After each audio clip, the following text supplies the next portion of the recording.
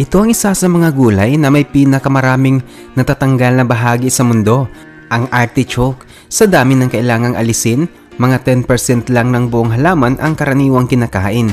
Itinuturing itong espesyal na gulay, pero isa rin sa pinakamahirap ihanda dahil kung hindi mo alam ang tamang paraan, matitigas na hibla lang ang matitikman mo. Pero sa mga sikat na restaurant sa Amerika, ang pinakamalambot nitong gitna ay may presyong maiahambing sa steak. Maging ang pag-harvest nito ay kailangang maingat, hindi pinuputol ng mga manggagawa ang buong halaman. Maglalaan ka ng oras sa pagbabalat, patong-patong hanggang makarating sa gitna. At ang kakaibang karanasang iyon, ang dahilan kung bakit mataas ang halaga nito. Pero ito ang mas nakakagulat.